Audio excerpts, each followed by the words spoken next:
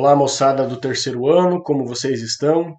Espero que todos estejam bem, estejam se cuidando e estudando bastante, o que é muito importante, especialmente nessa fase da vida em que vocês estão. Nós estamos, ao longo desse segundo bimestre, trabalhando sobre a globalização. Tá? Esse tema chega a ser exaustivo, é cansativo por vezes, porque é um tema muito discutido, seja na mídia, seja em conversas informais, né, ou outros meios. É muito discutida a questão da globalização e do mundo globalizado em que nós vivemos. Né. Também perpassa todos os nossos aspectos de vivência no mundo odierno.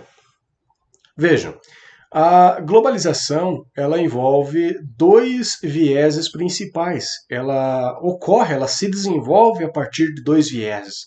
Né? Seriam dos dois pilares desse processo. Um é o viés econômico e o outro é o viés cultural. Naturalmente, quando você pensa em globalização, ou quando a gente faz qualquer atividade relativa à globalização, ou simplesmente pensa a respeito da globalização, o que nos vem à mente é justamente o viés econômico, né? O viés cultural, que inclusive vai ser objeto de análise numa aula futura, a gente acaba esquecendo, não dá bola ou simplesmente não percebe. Né? Isso é muito comum, inclusive, eu diria, a não percepção de uma globalização cultural. Né? E aí, claro, que cabe uma série de discussões, mas isso passa despercebido, ninguém lembra. Agora, a questão econômica ela é muito evidente. Tá? Sobretudo quando você pensa no sistema produtivo, como que as coisas são produzidas, principalmente objetos como coisas como um automóvel, um avião, um caminhão e etc. Ou mesmo bens materiais do nosso dia a dia, bens de menor valor, como por exemplo vestuário, calçado e etc. Tá? Então a questão econômica ela é muito notória, ela é muito evidente. E claro que quando você pensa em sistema financeiro, em economia, não é difícil também você pensar na questão que existe uma hegemonia global, né? Que existe um ou um grupo de países que detenham o poder econômico, principalmente o poder de tomada de decisões e etc. E isso se replica para os demais países do globo. Né? Essa noção de que existe uma hegemonia no controle econômico do mundo, ela também perpassa os nossos pensamentos e as nossas reflexões. E até certo ponto, essa nossa maneira de pensar e esses argumentos que são construídos a partir dessas reflexões, eles fazem sentido e têm fundamentos, né? Sobretudo a partir do que a gente vai ver nessa nossa discussão. Né? Indubitavelmente, né, falo aqui quando menciono a questão da hegemonia, a hegemonia norte-americana especificamente estadunidense, né, em relação às economias mundiais. Os Estados Unidos, por meio das suas ações, por meio da sua moeda e etc., ele acaba, de certa forma, direta ou indiretamente, determinando os rumos econômicos de todas as nações do mundo. Né? Isso é um fato, né? Algo que é muito claro no mundo atual. Então vamos lá estudar, vamos ver a partir de agora a gênese de tudo isso. Tá? É claro que quando você pensa em economia mundial, e principalmente essa questão de uma hegemonia na economia mundial e etc., você pode pensar os Estados Unidos ou outro país, ou a Inglaterra, desde muito tempo atrás, século XVIII, século XIX, início do século XX. Mas nós vamos usar aqui como recorte de análise, né, em termos de tempo, o mundo aí pós Segunda Guerra Mundial. Tá? Vamos lá? Bastante interessante esse assunto que nós vamos trabalhar a seguir. Então vejam lá, pessoal. Como que nós chegamos na hegemonia norte-americana que nós temos nos dias atuais? Primeiro, imaginem lá o cenário não precisa nem imaginar, vocês sabem disso, né? Mas imagine que se nós vivêssemos naquele período. Né? Então, no período ali da Segunda Guerra Mundial, 1939, 1945, houve uma forte preocupação, né? E aí era uma preocupação que realmente fazia sentido, com o que seria do mundo após o término do conflito, após a Segunda Guerra Mundial. Então, do ponto de vista econômico, financeiro, era uma preocupação muito grande, né? O que seriam dos países, tanto dos países que foram destruídos pela guerra, como daqueles países de menor expressão econômica, menos desenvolvidos, né? O que seriam desses países? Como que eles iam crescer, iam se desenvolver, iam se reconstruir? Então isso serviu, essa preocupação serviu para plano de fundo, perdão, para a realização da chamada Conferência de Bretton Woods. Né? Conferência de Bretton Woods, né?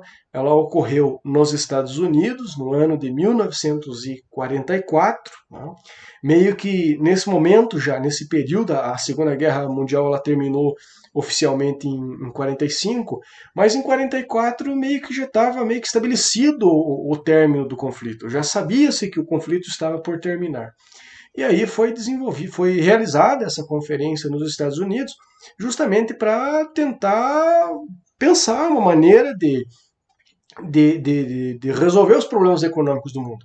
É claro que haviam interesses por trás da realização desse evento, né? Inegavelmente. Até após o estabelecimento das políticas oriundas da conferência, isso ficou bastante claro. Então foi um evento que ele foi criado, inclusive foi feito já com algumas intencionalidades. Não, não era assim uma espécie, não era puramente para ajudar os outros países. Não, a ideia não era unicamente essa, não.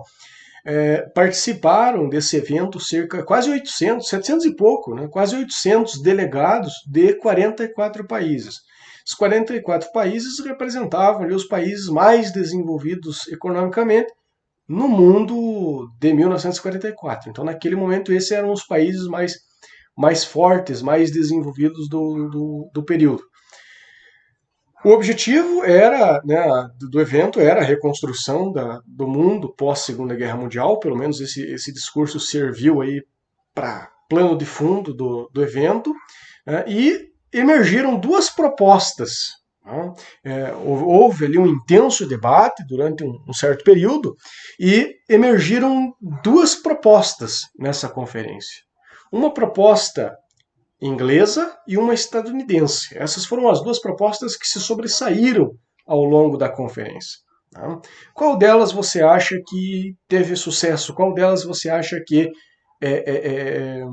acabou vencendo? Se podemos considerar dessa maneira a disputa entre as duas. Antes que eu adiante, né, quem acabou vencendo, eu vou evidentemente comentar um pouco a respeito dessas duas concepções, das duas propostas. Uma dessas propostas foi levantada pelo economista inglês, o Keynes, John Keynes. Tenho certeza que você conhece as teorias econômicas do Keynes, sobretudo porque no passado nós trabalhamos com ele, nós trabalhamos com a perspectiva do keynesianismo, que era aquela questão do bem-estar social. Né? Lembram disso? Então, o Keynes era um economista que ele não pensava muito, ele não defendia a questão do livre mercado, da livre iniciativa e etc. Ele, claro, defendia que o mundo tinha que se desenvolver e etc., mas tinha que levar em conta a questão social. As pessoas tinham socialmente que se desenvolver, teria que ter um desenvolvimento social por trás disso. Tanto é que ele criou o chamado plano do bem-estar social, né, implementado na Europa, também nos Estados Unidos, nas primeiras décadas do século XX. Então o Keynes ele propôs um sistema em que existiria uma moeda única no mundo, agora me fugiu o nome da moeda, teria-se uma moeda única no mundo, e todos os países teriam uma cota, né, um valor X, um valor específico dessa moeda. E, obviamente, que alguns países teriam mais, outros teriam menos. Fato é que, por exemplo, um país ele teria que negociar o excedente, né? O excedente ou aquilo que ele oferia com a renda, com a venda de um determinado produto. Né? Vamos usar como exemplo a Guatemala. A Guatemala, por exemplo, país ali da América Central, produz banana. Lembra lá das repúblicas das bananas? Então a Guatemala produz banana. Ela vende 100 mil dólares em banana para os Estados Unidos mesmo. Né? Ela pegaria esses 100 mil dólares que ela recebeu da compra, da venda das bananas, e compraria um outro produto que ela, obviamente, não produzia, mas que era produzido nos Estados Unidos ou em algum país da Europa e etc. Então haveria quase um sistema de permuta no mundo, claro que envolvendo essa moeda, e nós teríamos aí um sistema igualitário no mundo. Não totalmente igualitário, porque alguns teriam mais recursos do que outros, teriam essa moeda em maior quantidade do que outros. Mas isso possibilitaria, de alguma forma, um equilíbrio financeiro global. É claro que essa proposta, ela, embora seja interessante, ela não foi bem aceita. Tá? Principalmente pelo Harry Dexter White, que era o proponente da teoria da proposta norte-americana, estadunidense.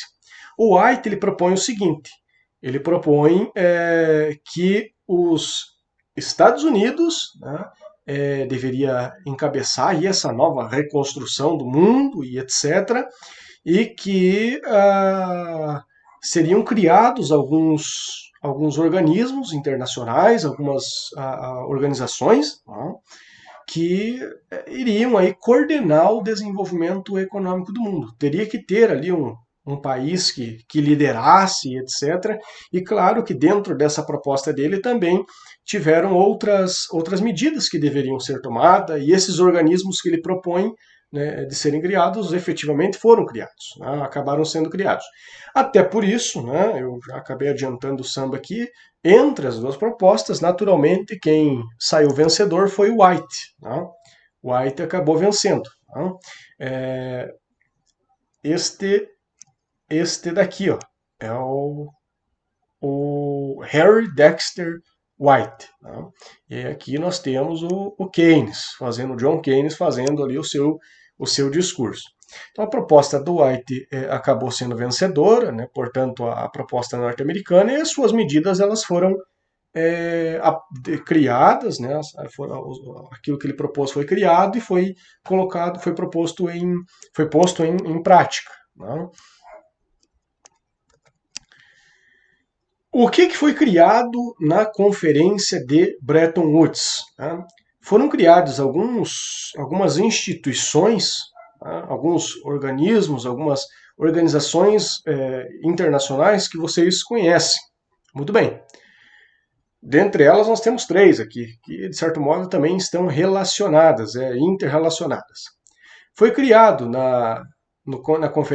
foram criadas na Conferência de Bretton Woods o Banco Mundial, acredito que todo mundo já ouviu falar, o FMI e o BIRD. Né?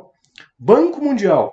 O Banco Mundial ele foi criado principalmente para possibilitar o desenvolvimento dos países mais pobres, né, do mundo. Então, imagine, se hoje há uma discrepância econômica muito grande entre os diversos continentes, entre os mais diversos países do mundo, imagine naquele período. Né? Então a discrepância era maior ainda. Então o Banco Mundial foi criado com o intuito de ajudar esses países mais pobres a crescer economicamente, a se desenvolver e a alcançar posteriormente o que se discutiu como desenvolvimento sustentável, entre outras coisas. Dentro do próprio Banco Mundial foi criado o BIRD. O BIRD é uma ramificação do Banco Mundial.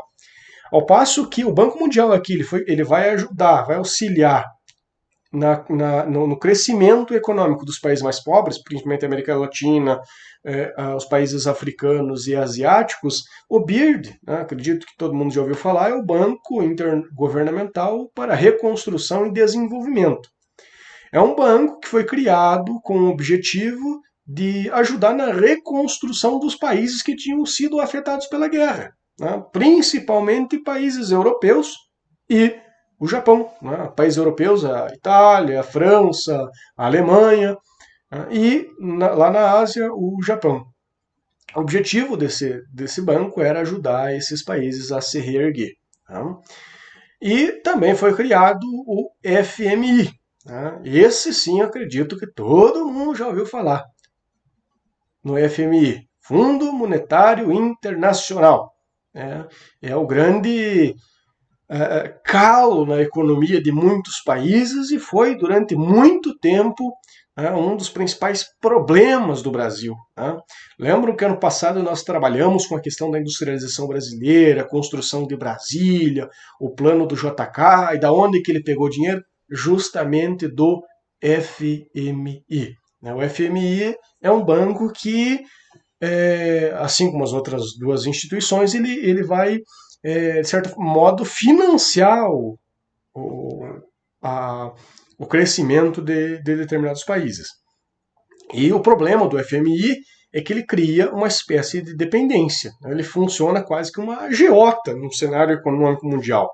Ele cria uma dependência muito severa. A gente vai discutir posteriormente. Tá? Então vejam, o FMI ele vai ajudar, conforme já disse, e pensem que naquela época, ali após a Segunda Guerra Mundial, é quando inicia o processo de industrialização nos países mais pobres, dentre eles o Brasil, né, que era um país que não era industrializado na época. Não tinha de onde, o Brasil tirar recursos para pagar o dinheiro que ele recebeu do FMI. Tá?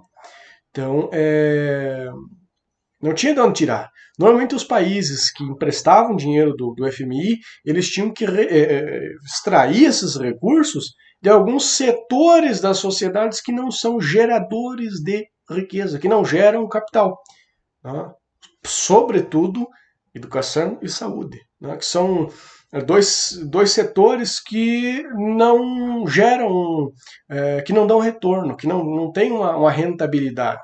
Então, normalmente, toda a questão social ela acabava sendo prejudicada, porque eram desses setores que se extraíam os recursos para pagar o FMI. Né? Então é óbvio que cria uma dependência, porque os países têm que pagar, normalmente o dinheiro que era emprestado a curto prazo, então não se tinha um período muito grande de carência nem para começar a pagar, e o financiamento também não durava um longo período de tempo, uns 50, 100 anos. Então os países tinham que dar um jeito de pagar o quanto antes. E muitas vezes ocorria até, e ainda ocorre, que alguns países não conseguem pagar, e daí acabam fazendo outros empréstimos, e aquela história toda que a gente conhece muito bem na microescala. Né? Então isso gerava um problema sério. E qual é a tônica dessa discussão toda? A relação, né, a dependência, a relação de dependência que todos os países do mundo têm com essas instituições e com quem detém o poder sobre elas. Né? FMI, BIRD, Banco Mundial. Qual é o país que detém a poder, tomada de decisão sobre essas instituições? Os Estados Unidos. Tá? Principalmente o Banco Mundial e o BIRD. Né? O FMI também, mas o FMI, pelo menos na prática, pelo menos teoricamente, quem comanda ele é uma pessoa da Inglaterra, né? Uma pessoa do Reino Unido e não norte-americana, embora ele seja diretamente influenciado pelas políticas americanas. Fato é que quem detém o maior poder é os Estados Unidos, sobretudo porque quem acaba fazendo doações para essas instituições, para que o recurso dessas doações possam ser emprestadas para outras nações, quem faz a maior doação é quem tem o poder, entende? E quem doa um maior montante é justamente os Estados Unidos. Os Estados Unidos é o país que doa mais dinheiro para essas instituições emprestarem para outras nações. Naturalmente, quem decide para quem vai emprestar, o quanto tempo esse dinheiro vai ser pago e etc., é os Estados Unidos. Então, é ele que tem o poder da tomada de decisão. E isso cria um lastro de dependência enorme. De certa maneira, todos os países do mundo estão presos a essa lógica. Alguns, obviamente, nessa lógica toda acabam ganhando um pouco mais e outros nem tanto. Né? Mas então é mais ou menos que funciona essa lógica toda a partir do Bretton Woods. Né?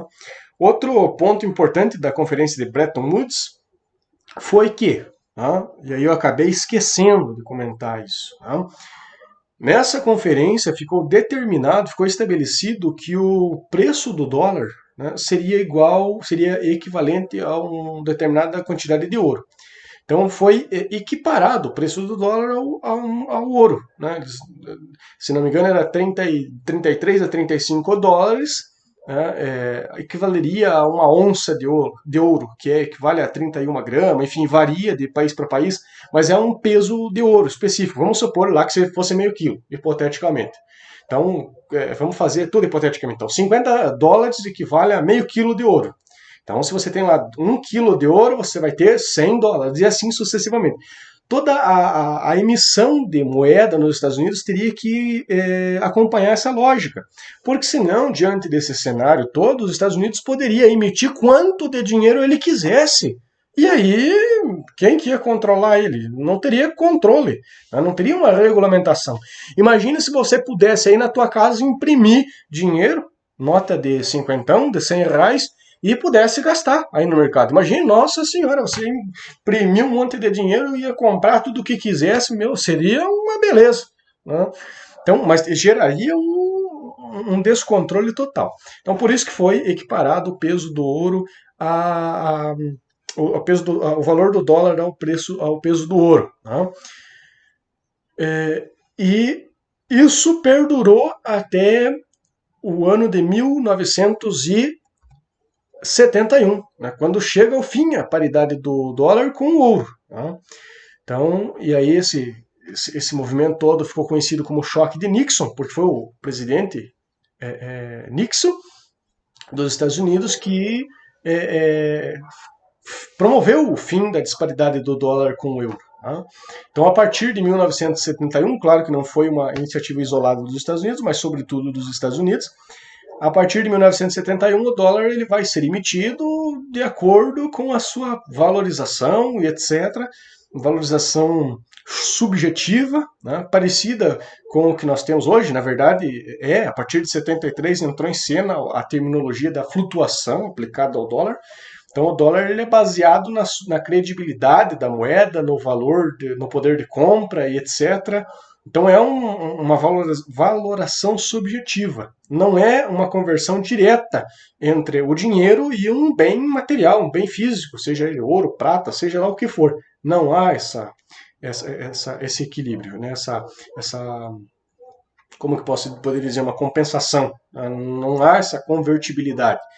Então, o euro ele passa a ser emitido e aí ele entra no chamado câmbio flutuante que nós temos hoje. Inclusive peço para que você dê uma pesquisadinha, é um assunto um tanto quanto complexo, demoraria aqui bastante tempo, nós até nos alongaríamos muito para discutir essa questão toda, mas aí entra na lógica que nós conhecemos hoje. Né?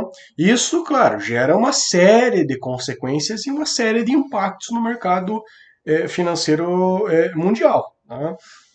Muitos desses impactos certamente vocês já conhecem ou já ouviram falar.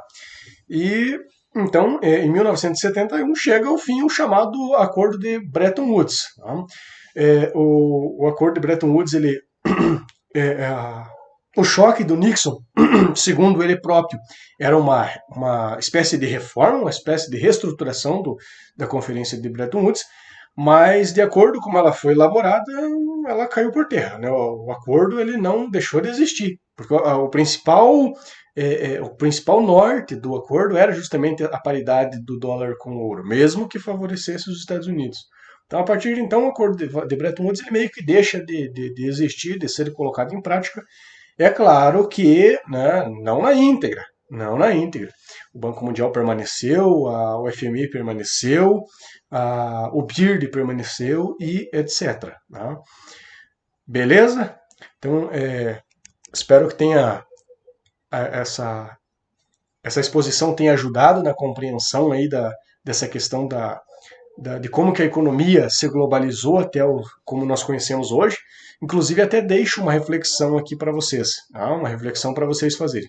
Nós vivemos numa economia globalizada ou nós vivemos uma globalização da economia? Percebam que são coisas diferentes.